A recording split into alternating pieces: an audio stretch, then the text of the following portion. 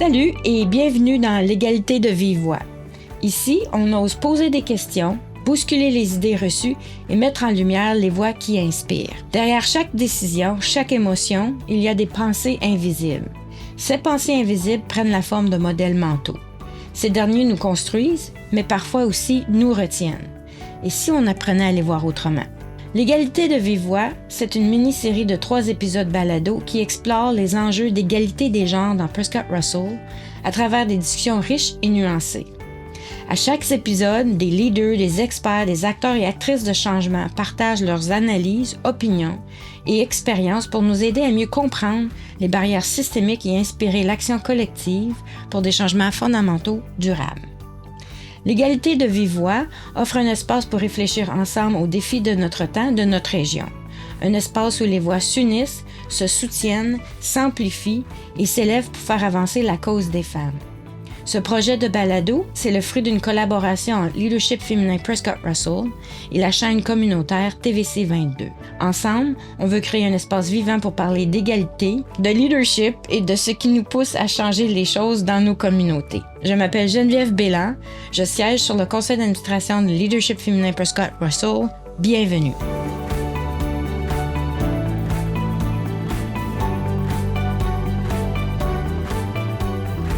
Alors, nous y sommes avec notre 3e épisode de la mini-série. Le balado d'aujourd'hui ouvre la porte à une discussion stimulante et pleine de perspectives qui questionne les modèles mentaux derrière la condition féminine. Il propose une réflexion sur comment nos schémas de pensée inconscients influencent les rôles attribués aux femmes et leurs aspirations. On peut parler de ce qu'on pense, mais rarement de comment on pense. Dès l'enfance, on se forge des croyances, des réflexes, des façons de voir les choses. On se construit ce qu'on appelle les modèles mentaux, qui façonnent notre vision de nous-mêmes, des autres et du monde. On les construit justement pour donner un sens à ce qui nous entoure. Ces modèles, ils se forment à partir d'expériences vécues, des comportements observés chez nos proches et des messages transmis par la famille, l'école et la société. Ces schémas influencent nos choix, nos comportements et peuvent perpétuer les stéréotypes ou les inégalités si on ne les questionne pas. Ensemble, on cherche à comprendre comment les femmes définissent leur place dans un monde codé justement par ces idées reçues dès un jeune âge et comment repenser ces cadres pour ouvrir la voie à une transformation personnelle et collective. Et si nos réflexes de pensée, nos modèles mentaux qu'on ne voit même plus, étaient aussi dépassés. Bonjour et merci à Marie-Pierre Joron, intervenante communautaire avec la Maison Interlude à Hawkesbury. Elle se joint à nous pour décortiquer les schémas de pensée, ces modèles mentaux qui façonnent, souvent sans qu'on s'en rende compte, la condition féminine à travers le temps, à travers les générations. Alors, bienvenue dans l'espace où le féminin se pense autrement. Merci beaucoup. Bien, merci à vous de m'accueillir ici aujourd'hui. Je suis vraiment contente. On va passer un bon petit temps ensemble. Oui. Puis pour briser la glace, parce que avec l'introduction puis le sujet qui est peut-être un peu complexe, sachant que tu travailles depuis quelque temps avec des jeunes, puis tu parlais l'autre fois que tu allais dans les écoles secondaires aussi pour en parler, qu'est-ce que tu ajouterais à cette définition-là? Tu sais, j'ai donné une belle grande définition, là, mais pour mieux comprendre, qu'est-ce que tu rajouterais? Comment je l'expliquerais? Dans le fond, c'est comme un peu une carte. On vient tout au monde avec une carte blanche unique. Puis, à force de grandir et de voir le monde, elle se façonne. Donc, on inscrit dessus ce que nous, on voit, ce qu'on observe, puis ce qui devient notre identité avec le temps. Puis, ça devient un peu notre façon de réagir face au monde, puis à mieux comprendre autour de nous. Alors, c'est comme un visuel, là. Tu vois une carte. Oui, c'est ça. Je vois vraiment une carte de si j'ai 2 parents, et bien sur la carte, il y aura 2 parents. Donc, déjà là, ça vient de changer un peu la vie de cette personne-là, la façon qu'elle va l'observer puis l'apercevoir. Donc, oui, je le vois vraiment comme un visuel comme ça. Là. Comme ça. Ouais. Puis, ils viennent, encore là, on explique un peu, on comprend le pourquoi. On a des modèles mentaux pour, comme on dit, s'établir, se définir, avoir son identité, puis œuvrer ou agir dans le monde. Mais pourquoi ils sont si puissants? Pourquoi les modèles mentaux nous influencent à ce point-là? Il y a plusieurs raisons, je pense, puis je pense qu'elle peut être différente dépendamment de la personne. Mais je pense que la plus grande, d'après moi, c'est qu'il nous donne un sentiment de sécurité. C'est vraiment de là où on se sent à la maison. C'est des choses qu'on reconnaît. Puis ça devient très facile de répondre automatiquement ou de réagir quand c'est vraiment ancré en nous là, depuis toujours. Fait que je pense que c'est pour ça qu'ils sont puissants puis qu'ils sont difficiles à déconstruire aussi parce qu'ils sont vraiment ancrés là, dès un très, très jeune âge. Dans le fond, aussitôt qu'on a des bébés, ça rentre vraiment dans cette partie-là.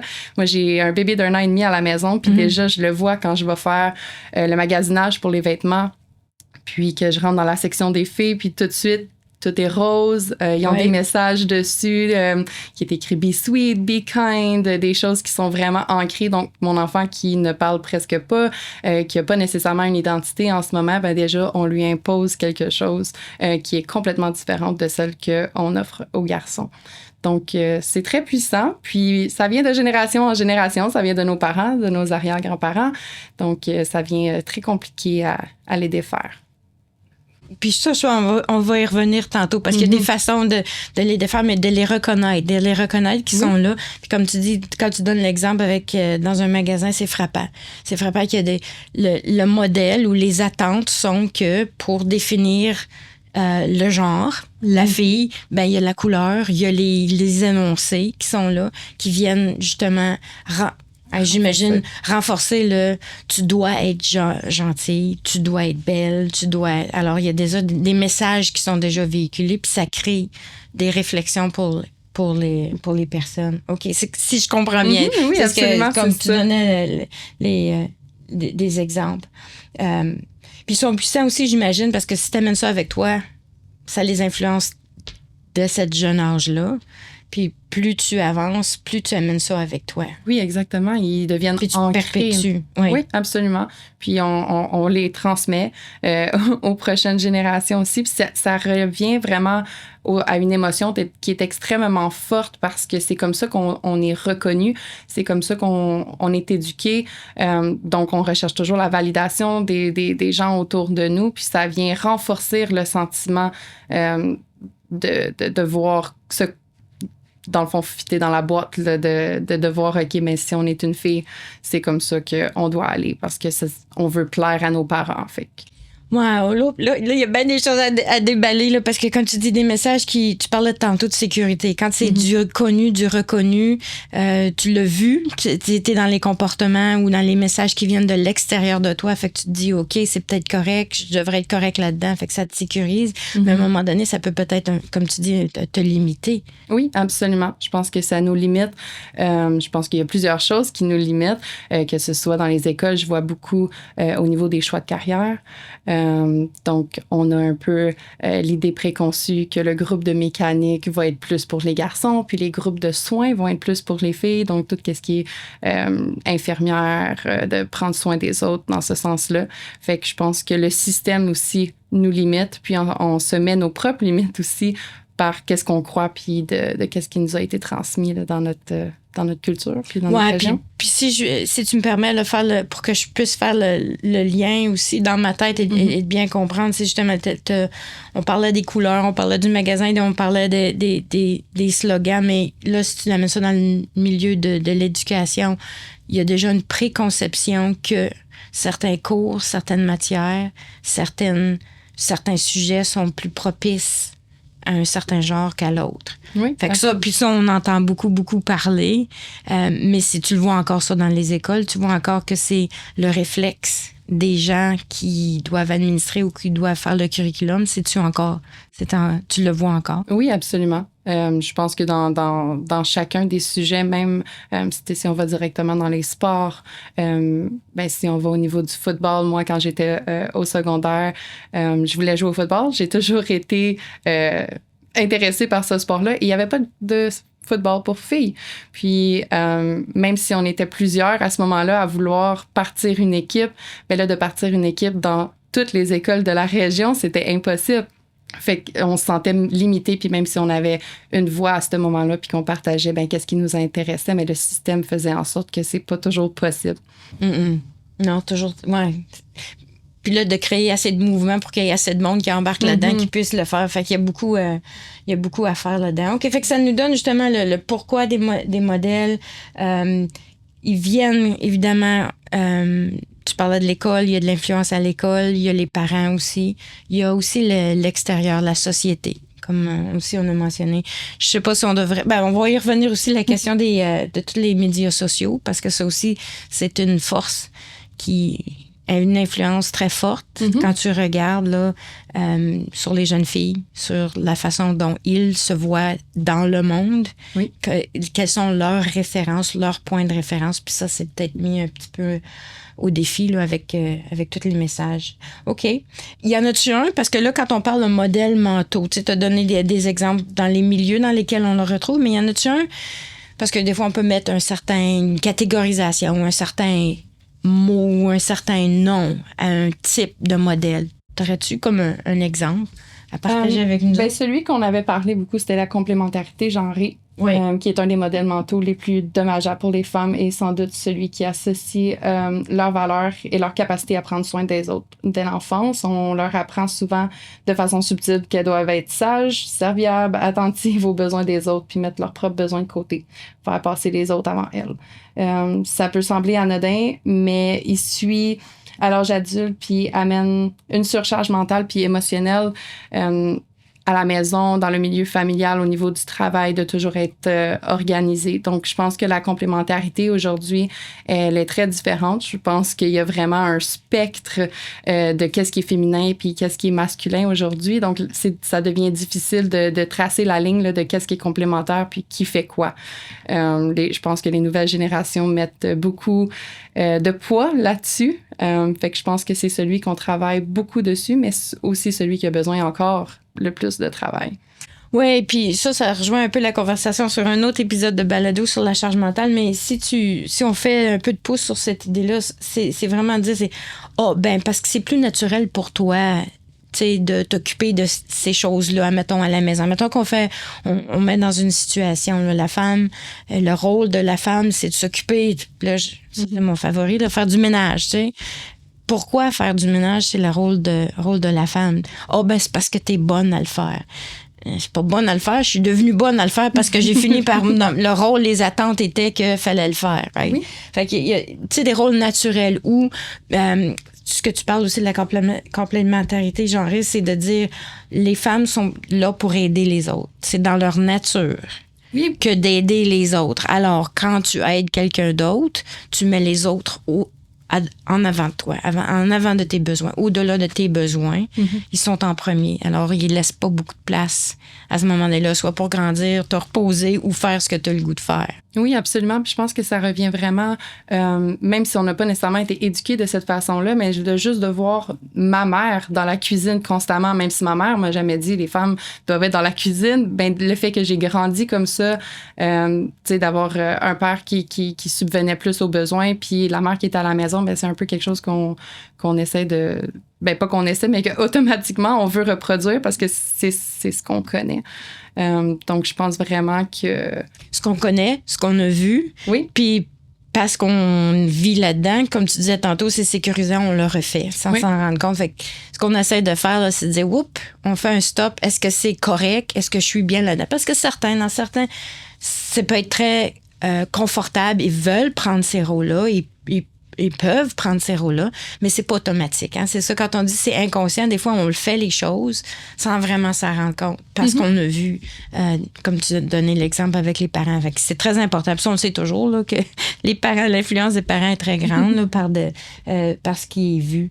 Mais oui, puis tu sais, les gars, ils font leur sport, ils peuvent être un petit peu plus turbulents, puis c'est bien correct, mais les filles, on se fie à eux autres pour aider à avoir un s'occuper du petit frère. À s'occuper du petit frère ou avoir de l'harmonie, d'être capable de... Fait que ça, c'est un exemple de modèle mental dans l'application. Quand on en parle, ça peut être positif parce que oui, aider les gens à avoir l'esprit de le bien-être des gens, c'est quand même une très belle valeur. Mais pousser à l'extrême, quand on se néglige, c'est là que ça a une conséquence. Mais aussi, quand on regarde, puis là, peut-être qu'on va aller là aussi avec ton background, c'est quand c'est trop toxique, quand tu laisses trop de place à des gens avec des comportements qui viennent te chercher, mais tu t'es pas équipé parce qu'avec les modèles mentaux dans lesquels tu as grandi, tu te négliges, à ce moment-là, il y a des abus. puis des abus qui peuvent aller à un point extrême. Oui, puis ça, c'est si on arrive à le voir. Donc, c'est ça, c'est d'être capable de reconnaître, tu sais, qu'est-ce qui est trop. Souvent, quand on n'a pas appris à se mettre en premier, ben on s'en rend simplement pas compte de elle est où la limite de qu'est-ce que je peux prendre, puis elle est où la limite de m'occuper de mon mari, de mes enfants, de mes parents et de tout le monde. Fait que c'est de retracer un peu la ligne pour nous, les femmes en général, de juste savoir, OK, mais on vient en premier, là, c'est vraiment en premier, là, c'est de prendre soin de soi. Puis ensuite, oui, on peut rechercher de la validation, de la reconnaissance, de la validation de la part des autres. Puis encore là, ça vient encore très jeune de la fille qui, à chaque fois que tu fais une tâche dans la maison, oh wow, merci, je t'aime quand t'es fine comme ça. Ben on vient vraiment de renforcer que pour être aimé, tu dois subvenir aux besoins de ton petit frère ou de ramasser ta chambre ou de faire ces tâches-là. Donc, oui, je pense que... Puis ça, c'est très puissant parce que là, ça t'amène plus tard. Alors, tu dis, je suis aimée seulement si je fais des choses pour les autres, puis qui fait une différence. Mais là, tu as aussi mentionné la question de reconnaissance, d'être remarqué. Ça aussi, c'est une autre affaire. Selon moi, si j'ai bien compris les modèles mentaux, toute la réflexion ou les réflexes de dire, faut que je sois reconnu d'une certaine façon pour que ça soit à l'aise ou pour que ça aille bien ou que ça m'interpelle, par exemple, t'as bien fait. Ou, fait que la reconnaissance des femmes, je note ça avec observation que toute la question de mérite. Là. Est-ce que je mérite cette reconnaissance-là et qu'est-ce que j'ai fait pour mériter cette reconnaissance-là? Puis si on va dans les modèles mentaux, ben il faut que j'aille aider quelqu'un pour être reconnu. Oui, exactement. C'est fort, ça, là. C'est très fort, oui. C'est très intense, c'est très ancré en nous. Puis j'espère qu'on va cheminer encore en tant que femme. Puis il y en a qui se valorisent là-dedans, comme tu dis. Hein? Moi, j'essaye toujours de penser le positif, le négatif. Oui, c'est ça. Parce qu'on travaille avec les modèles mentaux. Je veux dire, on n'essaie pas de tout régler, de tout effacer. On peut pas. Tu parlais tantôt de ta carte. Mais c'est ton identité. Alors, c'est comment tu fais pour en être conscient quand ils sont inconscients. Puis après ça, de passer à l'étape probablement de dire est-ce que je suis à l'aise ou pas là-dedans? Est-ce que ça me convient ou pas?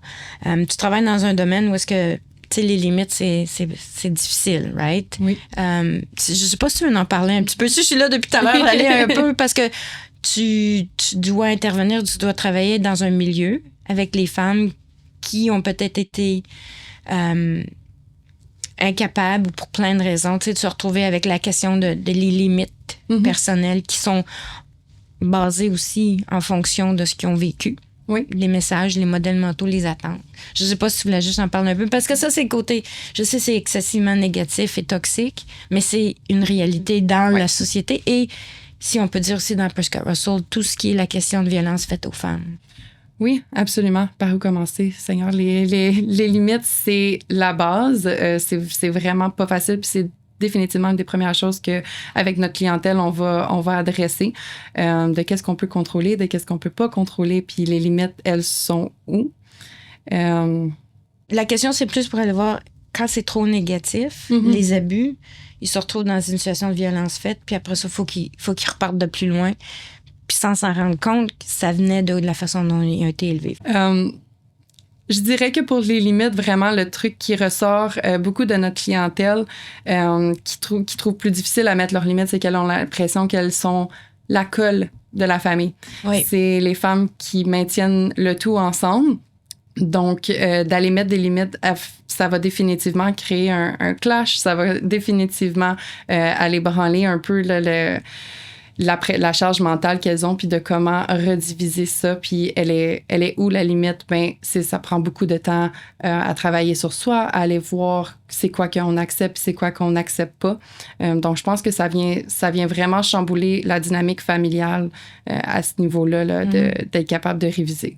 Mais maintenant, je sais que tu as un rôle aussi avec les filles, les femmes, ben, les jeunes femmes, je veux dire, dans les écoles secondaires. Puis j'aimerais peut-être aller là un peu, parce qu'il y a toute la question de éduquer. Là, on dit le mot éduquer les jeunes femmes et les jeunes hommes sur d'avoir des relations saines. Qu'est-ce qui est important d'avoir des relations saines? On vient de parler du modèle mental qui dit qu'il y a des attentes pour les filles, te parler même de be the glue, être gentille, être harmonieuse. Mais ça veut dire que accepter des limites, accepter qu'on a ses limites, parce que On peut pas laisser toutes les gens toujours tout contrôler. Alors, basé sur ces petites idées-là, est-ce qu'il y a des messages quand tu vas dans les écoles pour aider les jeunes filles à comprendre que ce modèle mental-là vient influencer leur relation? Je pense que le message le plus important pour les jeunes filles, c'est vraiment de prendre le temps de se connaître. Je pense qu'à partir de cette base-là, on peut aller poser nos propres limites, on peut définir plus clairement qu'est-ce qu'on recherche dans une relation saine. Fait que je pense que c'est vraiment là où est-ce que ils ont la chance de bâtir ce cadre-là pour leur futur.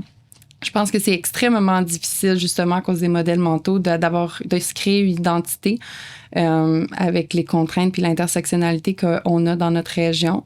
Donc, de prendre le temps d'aller valider qui ils sont, leur passé, tout ça, je pense que c'est le plus grand conseil là, que je peux leur passer quand je donne mes ateliers aux jeunes. C'est vraiment de prendre le temps de se connaître eux. On fait plusieurs activités, faire des billboards ou des affiches ensemble, là, de voir, OK, mais toi, c'est quoi ta définition d'une famille? Toi, tu veux faire quoi à niveau carrière? Si tu n'as pas de limite, là, ça serait quoi? Fait que de les faire réfléchir un peu pour ouvrir leur esprit critique puis savoir, OK, mais si toute ma vie, je pensais que j'allais devenir, je sais pas, infirmière, puis que là, soudainement, on m'ouvre les portes, puis mais peut-être que je pourrais m'en aller plus médecin. Ben c'est déjà là des domaines où est-ce qu'il y a plus d'hommes. Donc, d'ouvrir leur esprit critique pour une possibilité infinie sur ce qu'ils veulent faire plus tard. Alors, c'est des exercices bien concrets, justement, pour ouvrir, comme mettre de côté ces limites-là, comme tu dis, que les modèles, ou de comprendre l'influence de ces modèles-là. Tu parlais que dans Prescott Russell, c'est peut-être un peu différent. Tu veux-tu en jaser un petit peu? Tu sais, je veux dire, on est dans... Là, je te regarde, tu sais, on est dans un milieu, pour certains, il y a Rockland, qui était peut-être un peu plus ville, mais c'est... On est rural, quand même. C'est considéré rural. Fait qu'il y a une réalité comme ça. Il y a une réalité aussi, peut-être... Puis ça, c'est un des éléments qui contribuent à des modèles mentaux. Toute la question de religion, ou les aspects, les croyances. C'est les croyances plus spirituelles ou religieuses. C'est appelé à changer avec la population, mais on est quand même... Il y a quand même un profil assez marquant dans Prescott Russell. On parle beaucoup du rôle des hommes et des femmes aussi dans un milieu rural. Alors, je ne sais pas si tu voulais ajouter un peu sur ces réalités-là. Absolument. Ben moi, j'ai grandi à Hawkesbury. Donc, je comprends un peu... premièrement, les limitations de ressources qu'on a dans les régions rurales. C'est excessivement difficile d'avoir des ressources en français, d'avoir des ressources accessibles pour nous. Donc ça, déjà là, c'est une limitation qui est assez importante. Mais je pense que pour les jeunes, ce qui est le plus frappant, c'est le clash de différence entre les traditions ici, qui sont très ancrées, et la vie des réseaux sociaux. Le clash entre les deux est tellement grand qu'on se cherche entre les deux de nos modèles mentaux qui viennent de notre famille, de notre culture, de notre région, mais aussi ceux qui nous sont transmis via les médias sociaux.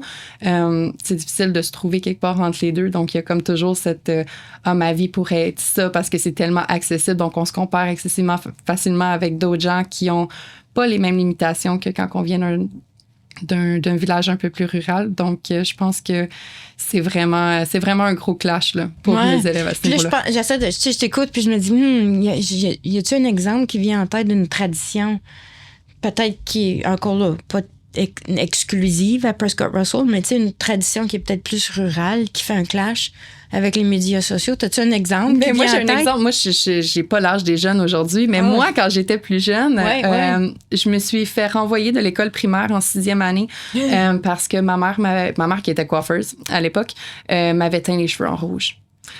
Et on n'avait pas le droit dans les écoles catholiques dans les années 2000 d'avoir des teintures dans les cheveux.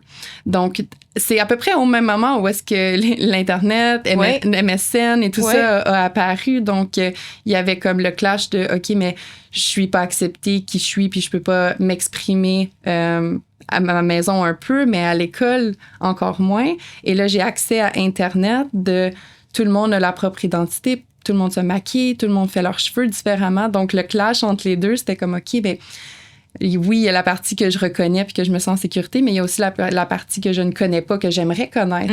Donc, ça vient créer vraiment une ambiguïté là, au niveau de la personnalité chez les jeunes. Oh, ça, c'est un super bon exemple, justement, parce que c'est comme ça t'a limité. Tu voulais explorer, tu voulais avoir la chance de, puis à cause de les croyances ou les façons, les traditions, on ne fait pas ces choses-là. Pourquoi? Parce que ça va trop, j'imagine, ça a dû être sûr, ça va trop ressortir, c'est pas conventionnel, tu vas trop flasher. Puis c'était le bien, ben, t'avais quand même le pu de ta mère. Oui. Elle savait ce qu'elle faisait, là. Tu dis qu'elle était coiffeuse, fait qu'elle savait ce qu'elle faisait, là. Absolument. Mais ouais, hein, puis des fois, faut faire poser le geste pour que ça déclenche puis que ça l'ouvre un peu. Là. Mais c'est pas évident. Mais ça, c'est un bon exemple de les croyances.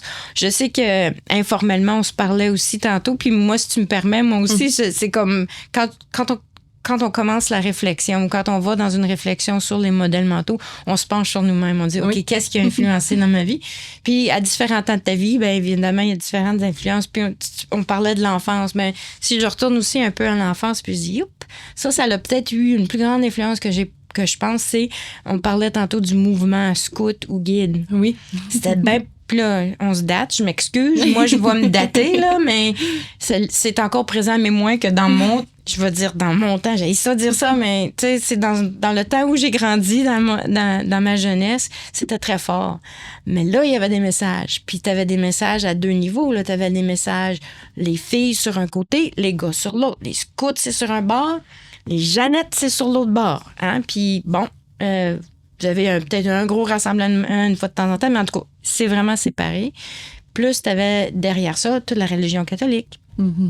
Parce que c'était évidemment un mouvement qui était, ça l'est moins, là, avec le temps, on sait qu'il y a une évolution, mais ça l'était très parce que c'était dans cet encadrement. Fait que les messages clés, là, serviables, faire les choses, avoir des badges aussi, évidemment, un petit peu le développer.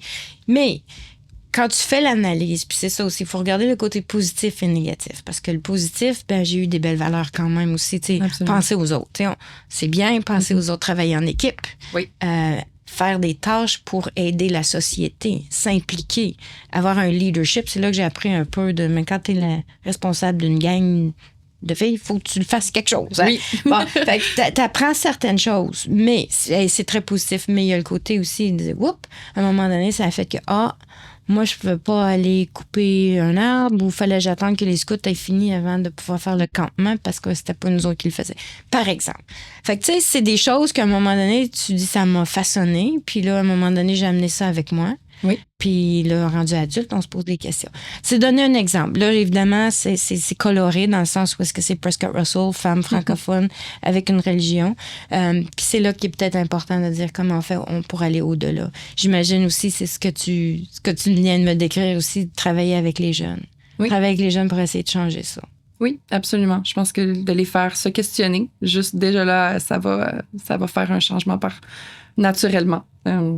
Là, juste le fait qu'ils se remettent en question. Parce que c'est ça aussi un peu l'autre question, à savoir, OK, quand on en prend conscience, puis quand on fait un whiteboard, là, comme tu dis, tu fais un exercice de ça a quoi comme influence? Comment on fait pour les enlever ou comment on fait pour les déconstruire, ces modèles-là? Oui, je suis pas certaine qu'on pourrait nécessairement les enlever, mais je pense que les mettre en lumière, c'est définitivement un bon départ. En parlant du genre, on aide les jeunes à voir que beaucoup de leurs croyances viennent de la société puis non d'une vérité absolue. Donc, de se remettre en question. Puis, ça ouvre des portes à des nouvelles perspectives aussi. On a beaucoup accès à l'information maintenant.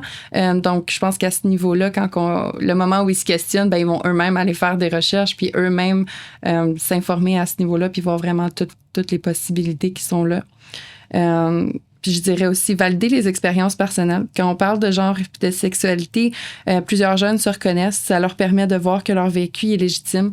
Quand je vais dans un groupe puis que j'en parle, c'est quand même intéressant de voir l'ouverture des jeunes maintenant dans toutes sortes de sujets, vraiment. Okay, oui. Mais je trouve que c'est beau à voir qu'ils sont prêts à apprendre puis qu'ils cherchent à comprendre. Mais en même temps, ils ont cette force de caractère-là que j'ai peut-être moins vu dans ma propre génération, je dirais, mais ils sont un peu têtus sur qui ils sont. Donc, ça, je trouve ça quand même intéressant de... il y a certaines valeurs qui sont vraiment ancrées, puis, tu sais, comme on dit en anglais, won't budge, là, tu sais, ils vont pas lâcher leur bout sur ça. Fait que c'est quand même intéressant de voir qu'est-ce qui les tient à cœur, puis qu'est-ce qu'ils maintiennent leurs mots, puis qu'est-ce qu'ils sont prêts à aller s'informer, puis à changer d'idée, peut-être. Mais penses-tu qu'ils ont besoin aussi je dis le mot accompagnement, mais d'avoir justement de l'aide dans ça? Parce que même s'ils sont donc chez mes choses, je sens des fois que oui, mais ils ont peut-être de l'aide, d'un autre genre d'aide ou un cheminement avec eux autres. Est-ce que c'est aussi aidant? Je pense que oui. Comment on l'offre, c'est une autre question. Moi, j'offre des ateliers qui sont pendant les heures de classe, mais que les groupes d'élèves sont soit retirés des classes régulières pour venir faire un atelier. Je fais aussi des ateliers pour les classes au complet, garçons et filles. Donc, encore là, c'est pas nécessairement entrer dans le curriculum. Il y a certaines choses qui sont dans le curriculum qui pourraient venir toucher le sujet, mais encore là, je pense que il y en a plus à faire, puis je pense que ça devrait être obligatoire et non pas optionnel, puis ça devrait être partout la même chose et non pas, cette école-là a besoin de plus d'aide sur un certain sujet, on va aller aider cette école-là. Fait qu'il manque un peu d'uniformité.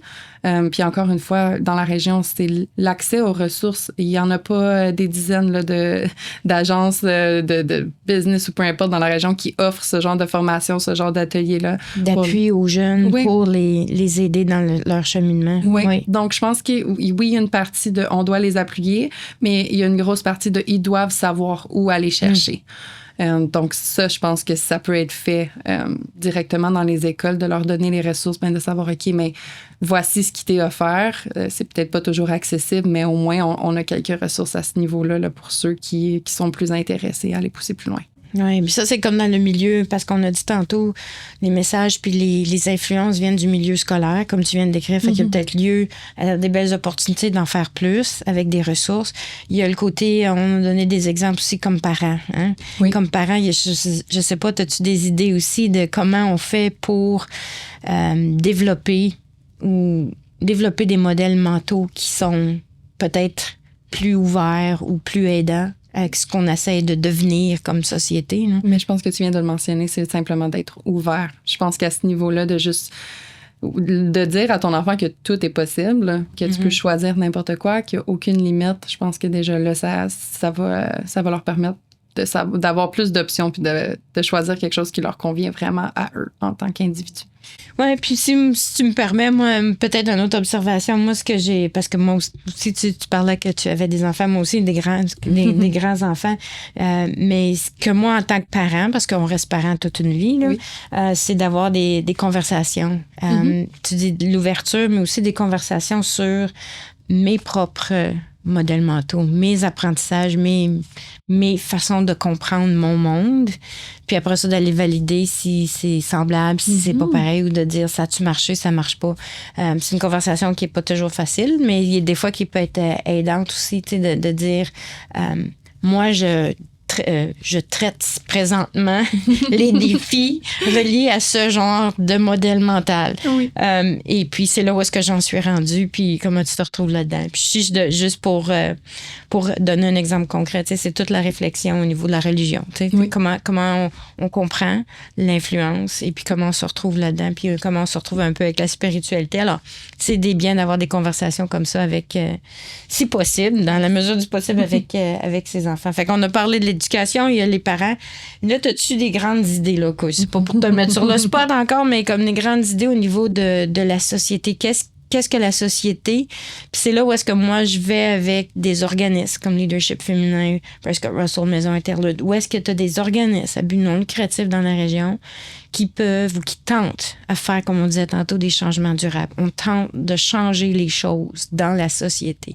Juste une idée. As-tu quelques grandes idées? Je sais que je te mets sur le spot, là, mais c'est juste pour ouvrir le Je dirais que c'est excessivement difficile pour les gens. Si on regarde la hiérarchie, là, si on regarde le beau petit triangle, c'est excessivement difficile de changer les choses qui sont à la base ou au milieu du triangle quand on n'est pas représenté correctement en haut nécessairement dans toutes les sphères. Donc, je pense que c'est beaucoup à ce niveau-là qui aiderait vraiment aux étages d'en dessous du triangle là, de pouvoir s'épanouir puis d'aller offrir qu'est-ce qu'on a à offrir.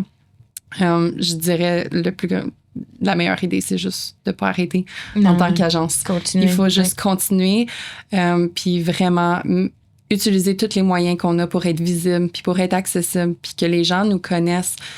J'ai passé toute ma vie à Hawkesbury, je connais Maison Interlude depuis plusieurs années, puis encore là, je rencontre des gens dans la communauté qui ont grandi là aussi, puis ils n'ont aucune idée qu'on existe. Donc, de se passer le mot, des ressources, il y en a des gens qui sont là pour aider, puis il y en a des gens qui sont là pour appuyer, puis de faire un changement. Fait que d'aller cogner aux portes qui sont à côté de chez nous, c'est une bonne idée. Oui, on connaît mal, hein? On connaît mal le chez nous, ou s'il y a des gens comme, parce que je partage aussi, moi aussi, que je viens de Prescott Russell, c'est que tu ne vois plus ou tu ne vois pas tout ce qui est disponible. Puis après ça, c'est vrai que si tu le rends disponible, tu le rends accessible. Oui, exactement. L'autre étape. OK, bien, je trouve ça super intéressant. Je pense qu'on a fait, je sais pas s'il y avait d'autres choses à ajouter, puis je pense qu'on a fait le tour des questions. On les a définis, les modèles mentaux. On a compris un peu comment importants ils sont. On s'est arrêté à un en particulier, justement, le rôle d'accepter comme fille quand tu es aimée et tu aides les autres. Et puis ça nous amène dans des situations peut-être problématiques au niveau de la charge mentale, au niveau de faire passer les autres avant soi. Mais te donner des bonnes pistes à dire, OK, regarde, il faut apprendre à se connaître. Puis vous faites je dis vous, il y a des interventions qui sont faites dans des groupes, dans des milieux scolaires pour aider justement les jeunes à comprendre que c'est une dynamique, mais il faut être conscient. Rendre inconscient ce qui est conscient, fait que et se le rappeler. Puis il y a un rôle à jouer, comme on vient de mentionner avec les écoles, les parents, puis la société. Puis la société, ben ça se traduit, j'aime l'idée, ça se traduit par la présence et les actions des organismes. Les organismes qui sont dans la région, qui œuvrent, qui travaillent, qui sensibilisent, mais en même temps aussi qui font des actions concrètes, là. Fait que, ouais, c'est très riche. Fait je pense qu'on a fait le tour. Fait que, mais je pense que ce que je ferais comme pour interpeller les gens qui écoutent, c'est de réfléchir eux-mêmes, à dire, OK, si je prends une pause, là, c'est quoi qui m'a influencé quand j'ai grandi? Qu'est-ce qui m'a influencé quand j'étais jeune? Parce que ça façonne nos façons de penser, d'agir. On a parlé de limitation, mais on parlait aussi que ça peut nous ouvrir des pas.